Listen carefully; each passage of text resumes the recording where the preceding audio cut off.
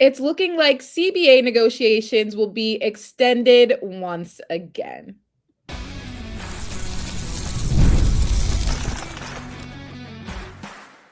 You are Locked On Women's Basketball, your daily podcast on women's basketball. Part of the Locked On Podcast Network, your team every day. Hello, everyone. Welcome to Locked On Women's Basketball, your number one sports podcast network, free on YouTube and wherever you get your podcasts. Happy Wednesday. You have made it halfway through the week. I know this is a tough week for a lot of people coming off the holidays. You had to kind of get back into your regular flow and rhythm starting on Monday, and that's a rude awakening at times. So thank you for choosing to listen to Locked On Women's Basketball to get you through your week. I'm here with Golden State Valkyries analyst Sophia Jones. My name is Kalia Butler, the sideline reporter for the Chicago Sky, and today's episode is brought to you by FanDuel. Before tip-off, check the FanDuel app and see what's dropping during NBA Happy Hour every Friday from 6 to 7:30 Eastern. So in terms of what we're going to chat about today, we're going to go over some Unrivaled power rankings after we were able to catch the action on Monday night. Oregon upsetting USC. But first, we have to get into the WNBA CBA negotiations because they are expiring in just 2 days. So Nafisa Collier, the WNBPA vice president, has gone on Good Morning America. She was there to promote Unrivaled for the second season, obviously a co-founder of it. And she did talk a little bit about the CBA negotiations. She said, "We are at a bit of a standstill." And this was an interview that was on Monday, January 5th. She said the timeline is coming up in a couple of days. It's going to expire, which is set, as I mentioned, for January 9th. And this is now following 2 extensions from the original date of October 31st. Just a little recap in terms of what we're chatting about here and what the current CBA could possibly look like. Says the league has proposed a system where players would receive in excess of 70% of net revenue. The WNBA's offer includes a maximum of $1 million base salary with a projected revenue sharing component that raises players' max total earnings to more than $1.3 million in 2026. The max salary would grow to nearly $2 million over the life of the agreement, and the proposal raises the minimum salary to more than $250K and the average salary to more than $530K, growing to more than $780,000 over the life of the deal. However, we've talked about it time and time again. The issue has been with revenue sharing. The players have prioritized increased revenue sharing and salary structures in negotiations. The revenue sharing is at 15%, while the union has proposed 30%. And that has kind of been the main issue here. Everything else, I don't want to say is necessarily like slightly coming together, but to an extent it is. But that is the number one component that has not been able to be agreed upon just yet, is the percentage of that revenue share. And Nafisa Collier and all the players within the WNBPA have made it very clear that they are not going to let up on that stance. Collier said that she feels confident that they will come to an agreement before the WNBA season, but making it clear that this is not something that they are going to shift on. Exactly. Even WNBPA Executive Director Terri Jackson said that the players know the difference between doing business and creating clickbait.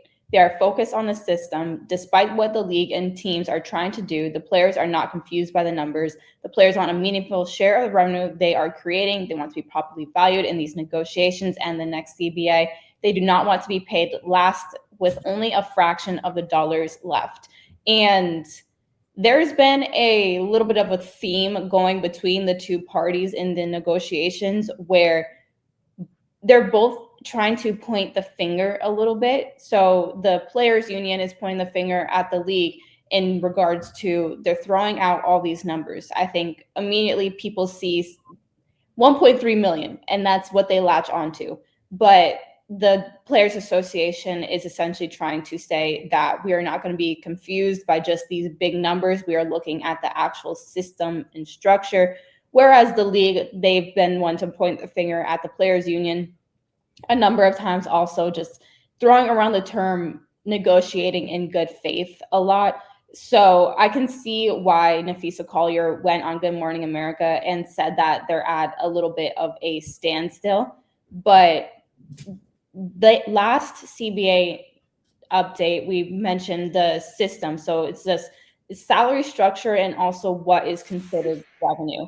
And the executive director of the Players Association mentioned that they don't want to be paid last with only a fraction of the dollars left, because essentially the league is proposing a system where the revenue or the sum of money that will be distributed will be taken after expenses. Those expenses will be all the employees. So that's why the players say they don't want to be paid last, essentially. Where in the union, they're proposing a system where they're just looking at all of the basketball related income. So that would be ticket sales, merchandise, TV sales, all that fun stuff. But I think that the fact that Unrivaled is starting right now is really crucial, because Nafisa Collier said it herself, where having players congregated where you can have those in-person conversations and updates does help things move more quickly. They need to move really quickly at this point, because it's about 2 days left until this current CBA expires. And like you mentioned, this is the deadline that you're really looking at. Before, it was extended after the October deadline, then it was extended after the November deadline. But now players want to start exploring and shopping around in free agency. You mentioned the expansion drafts that need to occur. And even if there is a proposal talking about moving the season up, the league proposed training camp in mid-March. That's something that people need to start making plans for as well. So the current CBA was ratified in January of 2020. If that gives any indication of a timeline that this deal needs to happen very quickly, then I think that's the sign that that these parties should be taking. Yeah, I mean, we've talked about it before. Obviously, this is now going to impact the expansion draft, which is going to be super important considering 2 teams are now being added, as well as just free agency. Basically, every player is up for grabs right now. It's like 90% of the league. You have to make sure that those deals are getting done.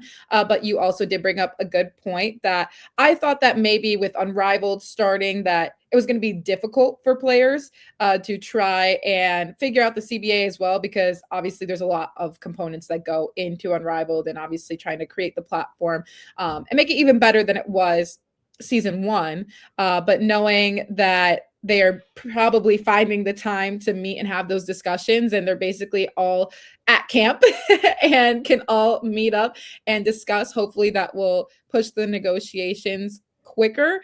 You do have to think that they are going to be there for the next couple of months. So even if the CBA is extended until February, that would ideally be the last extension that they would have to make before ideally everybody comes to good terms. But as of right now, the season itself is still expected to begin late or early May, which is the usual start time. Again, this is also dependent if the union executive council calls a strike if necessary, which they have been approved to do. I think if they were to call a strike, this is likely the deadline that they would, but I think that is going to be the last line of defense that they really want to have.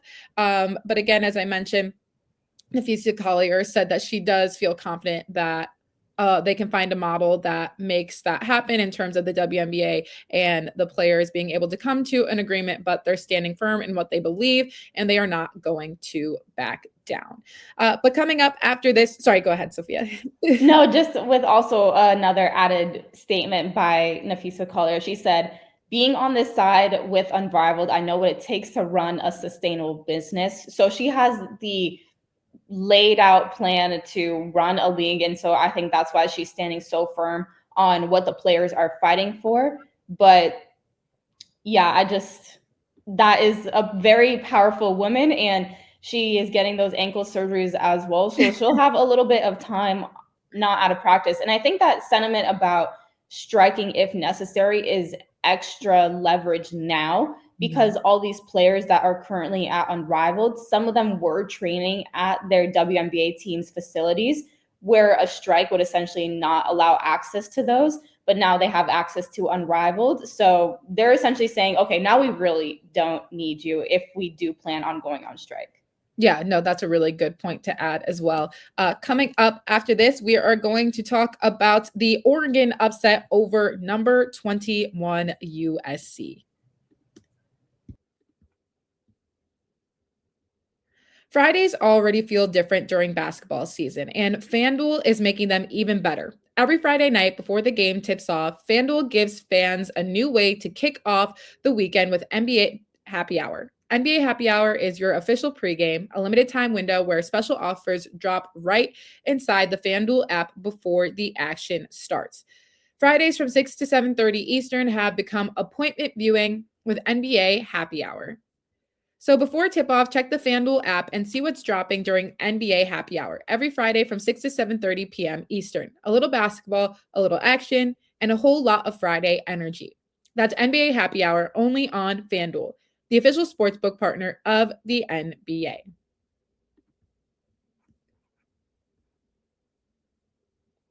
I don't like paying rent, and I bet you don't either. But Built makes it feel a little better. Built is the loyalty program for renters and rewards you monthly with points and exclusive benefits in your neighborhood. Let me explain.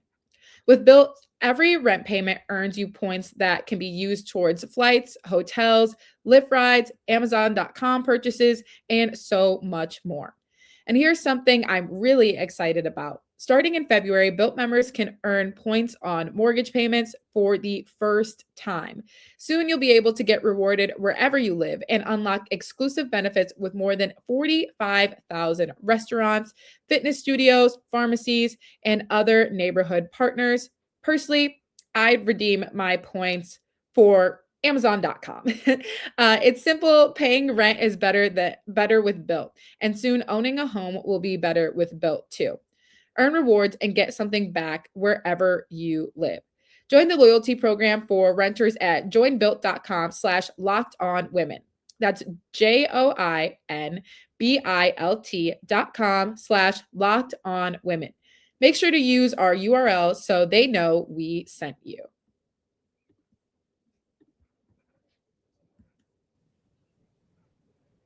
Okay.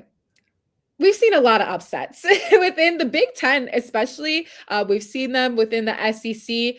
That's why I think a couple of episodes ago, I said that sometimes the rankings are just a little bit baloney at the beginning of the season. But Oregon walks away with an exciting win over USC, 71-66.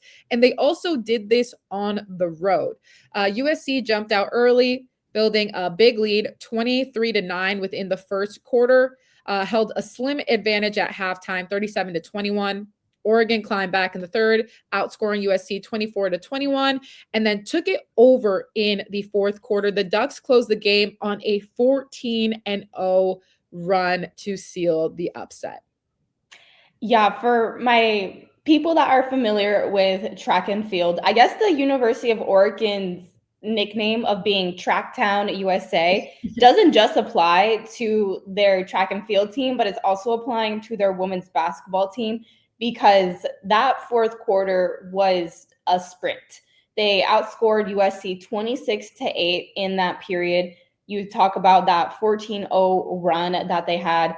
Well, USC missed its last 7 attempts of the game, so they were locking down defensively. But in that 14-0 run, they used 3 straight three-pointers by Ari Long to get the 69-66 lead. So just some great heroics by Long there in that stretch. But even earlier in the fourth quarter, the Ducks started off with a 12-0 run. Fiso was huge in that portion, but USC was without Kennedy Smith, who is currently listed as, or she has a lower leg injury and is listed as day-to-day. And I think that definitely played a factor in USC running out of gas and Oregon running them down in that fourth quarter, the final 10 meters of a 100-meter dash, if you will.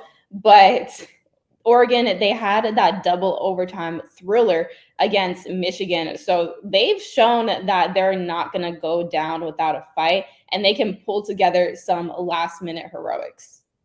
Yeah. And when we're kind of thinking of, we've talked about this a little bit earlier, thinking of USC can kind of go on a pretty significant run for some time.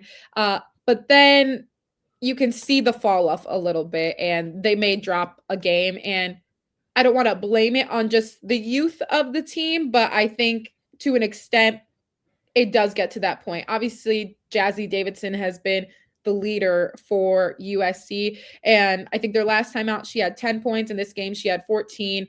She's putting up consistent numbers, and she had a double-double in this game. But it kind of comes down to getting a little bit more depth when it comes to that. Kara Dunn had a team high 21 points. She looked really good from the three-point line, especially early on in the game. But it kind of seems like USC hasn't been able to put a full 4 quarters together in some of these games. And that was really significant and very obvious in this specific game, allowing Oregon to go on a 14-0 run in the fourth when you kind of had the one up on them the entirety of the game. That just kind of comes down to having to really fight and be gritty till the very, very last minute. Exactly. And even reading some of these shooting splits for USC, first quarter, they shot 36%, second quarter, 35, third quarter, 55, and then fourth quarter, 16. So there was a major drop off there. Like I said, I think not having Kennedy Smith definitely played a factor in them losing a little bit of steam towards the end of the game. You even look at some of the minutes distribution. Kara Dunn played 40 minutes, Jazzy Davidson 39, Malia Samuels 39. So they were definitely gassed, and going up against an Oregon team who has shown that they have a lot of juice and they can go pretty deep into the bench. They have multiple players. They had specifically 4 players coming off the bench that all played double-digit minutes. So they're prepared to sprint all the way through the finish line. I think Katie Fiso has been really big for this Oregon team. She's one of the primary ball handlers and playmakers, and she just has a really great energy to her that I think has been really great for the Oregon Ducks. She was huge in that fourth quarter, just helping to spark that 12-0 run specifically. She hit 3 buckets during that stretch. She finished with 14 points, 8 rebounds, and 6 assists. Yeah, I think Oregon, we talked about it a little bit too. They're looking pretty good right now. I think they're a team that could possibly find themselves climbing up in the ranks if they can get a couple more of these signature wins. Looking ahead of their schedule, they have 2 tough contests coming up. They're playing number 15, Michigan State. Then they have to go up against number 14, Iowa. For USC, they're going up against Minnesota. Then they'll have to play Maryland, who is currently ranked 8th, Purdue, and then they will also face a Michigan State, then a Michigan, and then Iowa. So USC has a tough schedule coming up. Oregon, if they can get a win over Michigan State or Iowa, I think that will definitely allow them to at least get some more votes within the AP polls at the very least. Oregon has a great opportunity within the Big Ten to, like you said, pick up more of these signature wins and gain some more respect in the AP poll, maybe crack the top 25. They've hovered around that others receiving votes category at multiple points during the season. And with so many ranked opponents in the Big Ten, they really have a shot of making their name. And for USC, I think for them, a huge priority has to be protecting home floor. That loss against Oregon was unfortunately at home, but when you're thinking about some of this travel that the LA schools are having to do, visiting these Midwestern cities, especially, so you're looking at Minnesota next, and then they're Michigan State, Michigan. But those are long flights, especially for a team that might be battling some injuries, can lead to more tired legs. So protecting home floor, I think, needs to be the biggest priority for them moving forward. Well, we will see what the rest of Big Ten play will bring. It's been really exciting so far. I can't complain about these games at all. Coming up next, we are going to give you our power rankings for Unrivaled.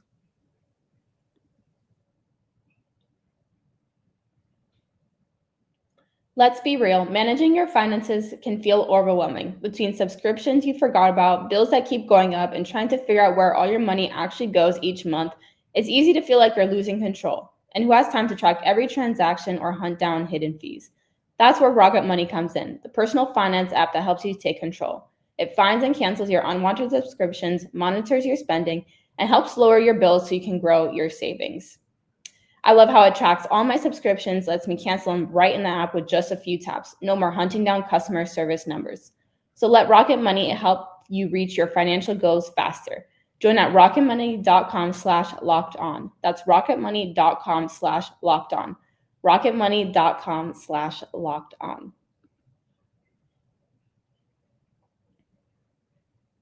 This episode is brought to you by PrizePicks. Whether you're starting a new routine or jumping into player projections for the first time, trying something new can feel like a challenge. But with PrizePicks, it always feels good to be right.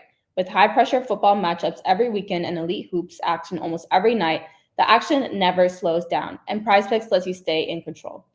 PrizePicks is a daily fantasy app that makes watching sports even more exciting by letting you build lineups based on player projections. No drafts, no waiting, just picking more or less and play your way. Getting started on PrizePicks was quick and simple. The app is super easy to navigate. Download PrizePicks app today and use code LOCKEDONNBA to get $50 off in lineups after you play your first $5 lineup. That's code LOCKEDONNBA to get $50 in lineups after your first $5 lineup. PrizePicks, it's good to be right.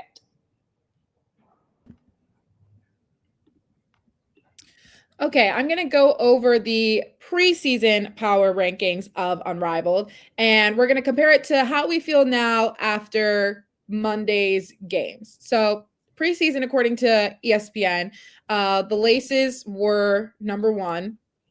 Number 2 was the Breeze, 3 Rose, 4 Mist, 5 Vinyl, 6 Lunar Owls, 7 Hive, and then 8 Phantom. Sophia, compared to that preseason list, what is your current power ranking in Unrivaled? I think in my number 1 spot has to be Rose BC. After watching that Chelsea Gray masterclass, it is hard to just imagine that they're going to have much of a drop-off at all this season. They have a really great roster as well. So I think Rose is going to sit in my number 1 spot. And I'm going to change it up. In my number 2 spot, I'm going to put Mist. They had a really great first game. I think you look at the duo between Alicia Gray and Veronica Burton, who already had some momentum built up from that gold medal 3-on-3 competition in the FIBA America. And then you add in a hooper like Arike Agumbawale, and then the front court play of Yuru and Alana Smith. And of course, the mid-range assassin, Brianna Stewart, who I think is going to be playing this season with a bit of a chip on her shoulder. That is who my number 2 spot is going to take. And then I'll go Laces 3, Breeze at my number 4. I was impressed with them in their first win. I think they have a lot of potential, especially in the fast-paced 3-on-3 environment with how young that team is. Then I'll go Phantom at number 5. They were who the Breeze beat, but I still liked what they were able to showcase. I think especially for a player like Kelsey Plum, who is only going to get more used to the 3-on-3 play, that'll be beneficial. They're still without Satu Sabali, so hopefully she comes around, but she would be an insane piece for them. And then rounding out that list, I'm going to go Vinyl, Hive, and then unfortunately, last, Lunar Owls. They just are going through a lot of injuries right now. Unfortunately, they got smacked in that first game. But when you have Nafisa Collier, who's going to be out all season, last game, Skylar Diggins was out. We don't know what her status is. It just makes things a little complicated. Even Aaliyah Edwards had to leave that game early. So that team's fate is a little bit up in the air. I have to agree For the most part, I think the bottom half of our rankings, I would say, are pretty similar. I'm also going to start off with the Rose simply because of Chelsea Gray. That was just nuts. Like, truthfully, I was just so caught off. I mean, I know what Chelsea Gray is going to be capable of doing, but I just really like the strict program she runs. Let's say that, because she can go get a bucket on her own. Obviously, her assists are coming from all over the place. I just think this is a team that once they have a couple more games too, they're going to get more familiar with where to get or kind of when to be ready for Chelsea Gray's passes, essentially. And I think they're going to be really difficult to stop, and especially when she said after the game that the standard was a championship. They could go back to back on this. My number 2 is going to be Breeze. I love the youth. Paige also runs a very strict program. I don't think she's going to let this team lose many games. I really liked Kalia Jackson's play in the first game. I think Cameron Brink is still, in my opinion, working on her confidence within this system a little bit. Obviously, this is very new. But I really also like the addition of Dominique Malunga. She has been able to learn so quickly. I just feel like she's a sponge. And I really think between her and Paige, I feel like Paige loves what she sees out of Dom and kind of wants to keep working with her and pushing that. So they're going to be at my 2. Number 3, I'm going to go Mist. I like what I saw. Alicia Gray had a really great game. Brianna Stewart, obviously, can't deny that the co-founder is going to put up buckets for this team. I'm going to go Laces after that. I liked what I saw there too. I like AT, Jackie Young, Brittany Sykes. Those are some of my favorite players in general. So having them all on the same team, can't be mad at that. Gonna go Phantom after that. I love Aaliyah Boston. I've loved Aaliyah Boston for quite some time. Natasha Cloud came in and had some clutch buckets. Kelsey Plum gonna find her rhythm too. Had a good, strong first game. I'm gonna go Vinyl, Hive, and then Lunar Owls. Unfortunately, like you said, they just really got the short end of the stick right now with Fee being out. Sky Diggins wasn't playing. Aaliyah Edwards, like you mentioned, had to leave early. I think they have some really great shooters between Marina Mabry, Rachel Bannum, Rebecca Allen. I just feel like they are going to have the toughest time this season, though. Yeah, but we have a lot of games to look forward to. So these power rankings could change very quickly, and especially depending on if there are any additions from that developmental pool also. Absolutely. This is just the beginning, so stick with us. Thank you so much for watching Locked On Women's Basketball. We appreciate you guys for tuning